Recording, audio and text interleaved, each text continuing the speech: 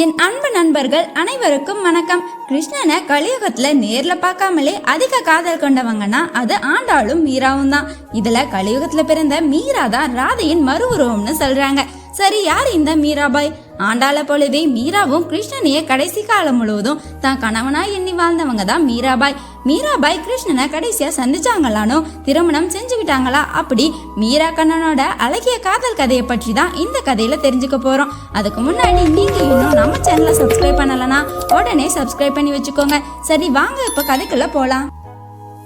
1498 ராஜஸ்தான்ல இருக்கிற ஜோத்பூர்ல ரத்னசிங்கோட மகளா அரச குடும்பத்துல பிறக்கிறாங்க மீரா. இவங்க குடும்பத்துல எல்லாரும் விஷ்ணுவை கும்பிடுறவங்க. மீரா ரொம்ப செல்லமா வளர்க்கப்படுறா. இந்த சின்ன வயசுலயே அவங்க பேசுற பேச்சும் செயலும் மற்றவங்களை கவர்ற வகையில இருந்திருக்கு. அப்படி ஒரு நாள் அரண்மனைக்கு துறவி ஒருத்தர் வராரு. மீராவோட பேச்சுல மகிழ்ந்தா அந்த துறவி மீராவுக்கு ஒரு கண்ணன் சிலைய பரிசா கொடுக்கறாரு. அதுக்கப்புறம் மீரா அந்த சிலையோட பேசுறது தூங்குறது அப்படின்னு எங்க போனாலும் அந்த சிலைய தூக்கிக்கிட்டே போயிட்டு இருந்திருக்கா. அப்படி ஒரு நாள் வீதியில திருமண ஊர்வலம் ஒண்ணு போறத பாத்துருக்கா. அதை பார்த்து தன் தாய்கிட்ட போய் திருமணம்னா என்னன்னு கேட்டிருக்கா. மீராவோட தாயும் திருமணம்னா என்னன்னு சொல்லியிருக்காங்க. இதை கேட்ட மீராவுக்கு ஒரு கேள்வி ஏற்படுது. அந்த பொண்ணோட கணவன் அவள் அருகில் இருப்பவன் அப்படின்னா என்னோட கணவன் எங்கன்னு கேட்டிருக்கா. அதற்கு அவங்க தாயும் அவளை சமாளிக்க ஏதாவது சொல்லணுமேனு உன் கையில இருக்கிற இந்த கண்ணன் தான் உன்னோட கணவன் சொல்லியிருக்காங்க. ஆனா மீராவோட தாய்க்கு தெரியல. வேடிக்கையா சொன்ன இந்த சொல் மீராவோட வாழ்க்கையில பெரிய மாற்றத்தை ஏற்படுத்த போகுதுன்னு. மீராவும் கண்ணனை தன் கணவனாவே நினைச்சு வளர்ந்து வரா. அப்போ மீராவுக்கு 8 வயது ஆகும்போது அவளோட தந்தை போர்ல இறந்துடுறாரு. அதுக்கப்புறம் சில வருடம் கழிச்சு மீராவோட தாயும் இறந்துடுறாங்க. அதனால மீராவை வளர்க்கிற பொறுப்பு அவங்க தாத்தா கிட்ட போயிடுது. அவங்க தாத்தாவும் வீரம், கல்வி, அரசியல் அப்படின்னு அவளை பார்த்து பார்த்து வளர்க்க ஆரம்பிக்கிறாரு.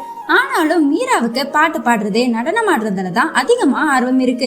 இப்படியே நாட்களும் நகருது. மீராவுக்கும் திருமண வயது எட்டுது. அதனால மீராவோட தாத்தா மீராவுக்கு திருமண ஏற்பாடு செய்யறத பத்தி பேசுறாரு. ஆனா மீரா சொல்றா, எனக்கு கணவன் கண்ணன் இருக்கும் போதே எதற்கு திருமணம் அப்படின்னு கேக்குறா. இதை கேட்ட அவளோட தாத்தா என்ன இப்படி சொல்லிட்டு இருக்கா அப்படின்னு அவகிட்ட எவ்வளவோ எடுத்து சொல்லி பாக்குறாரு. ஆனாலும் மீரா அவளோட பேச்சுல இருந்து மாறுற மாதிரி தெரியல. அப்படியே சில மாதங்கள் போகுது. ஒரு நாள் மீராவோட கனவுல கண்ணன் வந்து மீராவை திருமணம் செஞ்சுக்க சொல்றாரு. இந்த விஷயத்த மீரா அவளோட தாத்தா கிட்ட வந்து சொல்றா. அதனால அவளோட தாத்தாவும் திருமணத்துக்கு ஏற்பாடு செய்யறாரு. மீரா திருமணம் செஞ்சுட்டு போற இடம் சாதாரண இடம் கிடையாது. மேவா ராஜ்யத்தை ஆட்சி செய்யற போஜராஜனும் அரசனத்தான் மீராவுக்கு திருமணம் செஞ்சு வைக்கிறாங்க. திருமணத்துக்கு அப்புறம் கூட மீராவோட நடவடிக்கைகள் மாறல. அவளோட கண்ணனையே நினைச்சிட்டு இருக்கா. அங்கேயும் கண்ணனுக்காக பாட்டு பாடுறத வழக்கமா வச்சுட்டு இருந்திருக்கா. அவளோட கணவன் வீட்டுல இருக்கிறவங்க எல்லாரும் காளிய கும்பிடுறவங்க. அதனால மீராவையும் காளிய கும்பிட சொல்லி வற்புறுத்துறாங்க. ஆனாலும் மீரா தினமும் கண்ணன் கோவிலுக்கு போய் பஜனை பாடுறது, புல்லாங்குழல் வாசிச்சு ஆடுறதும் பாடுறதுமா இருந்திருக்கா. ஒரு நாள் டெல்லியில சுல்தானோட இஸ்லாமிய ராஜ்யத்துக்கு எதிராக போர் நடந்தப்போ மீராவோட கணவர் இருந்துடுறாரு. அதுக்கப்புறம் போஜராஜோட தம்பி விக்ரமாதித்யன் தான் நாட்டை ஆட்சி செய்யறாரு. கணவன் இருந்ததை கூட பொருட்படுத்தாம மீரா கண்ணனை வழிபடுறத நிறுத்தவே இல்லை. காலப்போக்குல தன்னை மறந்து பொதுமக்களோடு சேர்ந்து ஆடுறதும் பாடுறதுமா இருந்திருக்காங்க. அரச குடும்பத்து ராணி இப்படி திருவிழா ஆடுறதால இந்த நாட்டு மானமே போகுது அப்படின்னு விக்ரமாதித்யனும் அவரோட தங்கச்சியும் சேர்ந்து மீராவை கொலை பண்ண பாத்துருக்காங்க. எல்லா கொலை முயற்சியில இருந்தும் மீராவை கண்ணன் காப்பாத்திருக்காரு. அது எப்படின்னா, ஒரு தடவை மீராவுக்கு தெரியாம கண்ணனுக்கு செஞ்ச பிரசாதத்துல விஷம் கலந்து அதை மீராவை சாப்பிட வச்சிருக்காங்க. அந்த விஷம் கலந்த பிரசாதத்தை சாப்பிட்டும் மீராவுக்கு எதுவுமே ஆகல. அதுக்கப்புறம் மீராவோட படுக்கையில இரும்பு ஆணிகளையும் முக்களையும் போட்டு வச்சிருக்காங்க.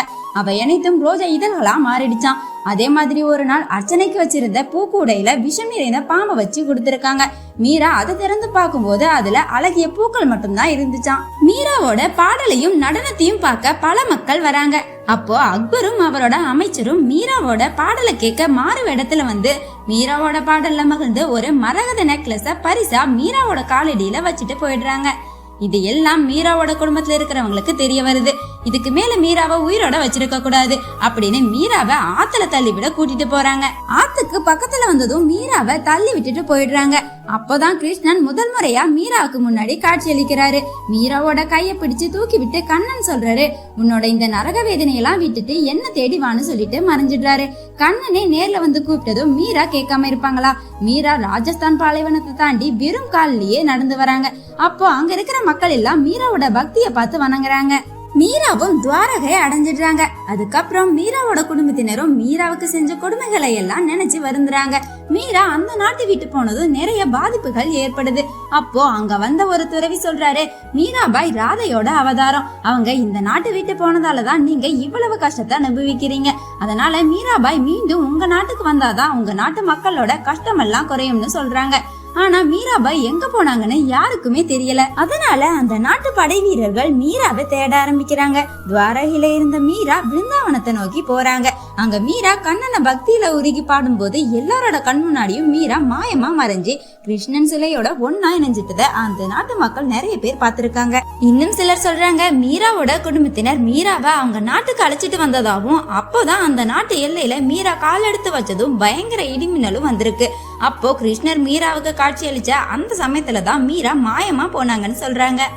அதுக்கப்புறம் மீராவோட குடும்பத்தினர் செஞ்ச தப்பெல்லாம் உணர்ந்து மீராவுக்கு மேவார்ல ஒரு கோவிலும் கட்டியிருக்காங்க. ராஜஸ்தான்ல இருக்கிற மக்கள் மீராவை ராதையோட மறு உருவமா தான் நம்புறாங்க. மீரா கண்ணனுக்காக 1300 பாடல்களுக்கு மேல பாடியிருக்காங்க. இப்போ நீங்க சொல்லுங்க, மீரா ராதையோட மறு அவதாரமா இல்லையான்னு? இந்த கதை உங்களுக்கு பிடிச்சிருந்தா மறக்காம உங்க ஃப்ரெண்ட்ஸுக்கும் ஷேர் பண்ணுங்க. இதே மாதிரி நிறைய இன்ட்ரெஸ்டிங்கான கதைகளை தெரிஞ்சுக்கணும்னா நம்ம சேனலை உடனே சப்ஸ்கிரைப் பண்ணி வச்சுக்கோங்க.